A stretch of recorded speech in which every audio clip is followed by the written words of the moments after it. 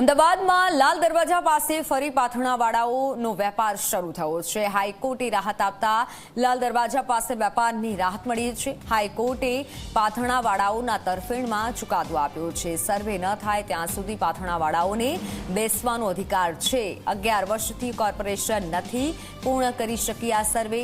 38 વખત હાઈકોર્ટના આદેશ બાદ પણ સર્વે નથી થયો। હવે હાઈકોર્ટે બેસવાની પરવાનગી આપતા પાથરણાવાળાઓને રાહત મળી છે। 1 વર્ષ બાદ લાલ દરવાજા પાસે વેપાર શરૂ થયો છે। લાલ દરવાજા ભદ્ર પાસે જે પાથરણાવાળાઓ બેસે છે એમની માટે ગુજરાત હાઈકોર્ટે ખૂબ મહત્વપૂર્ણ ચુકાદો આપ્યો છે।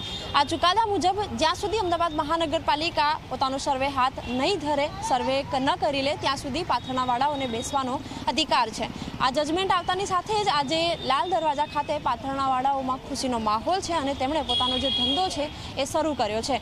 અત્યારે સવારનો સમય છે અને પાથરણાવાળાઓ અહીં પહોંચી રહ્યા છે। એમની સાથે વાતચીત કરીશું, એમને પૂછીશું। અચ્છા, આપ જણાવો, કેટલા સમય પછી અહીં બેસી રહ્યા છો? 1 વર્ષ પછી બેસી રહ્યા છે અમે લોકો।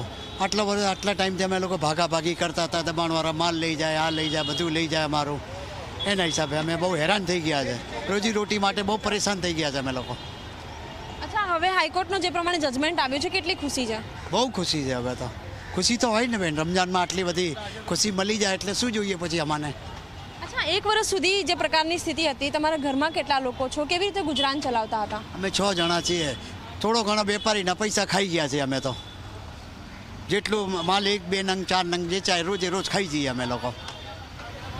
બિલકુલ, એટલે કે રોજ કમાવે અને જેટલા પૈસા આવે એનાથી તેઓ ગુજરાન ચલાવી રહ્યા હતા। પરંતુ હવે જે રીતે ગુજરાત હાઈકોર્ટે જજમેન્ટ આપ્યું છે એ પ્રમાણે જે પાથરણાવાળાઓ છે તેમણે ફરીથી પોતાના વેપારની શરૂઆત કરી છે।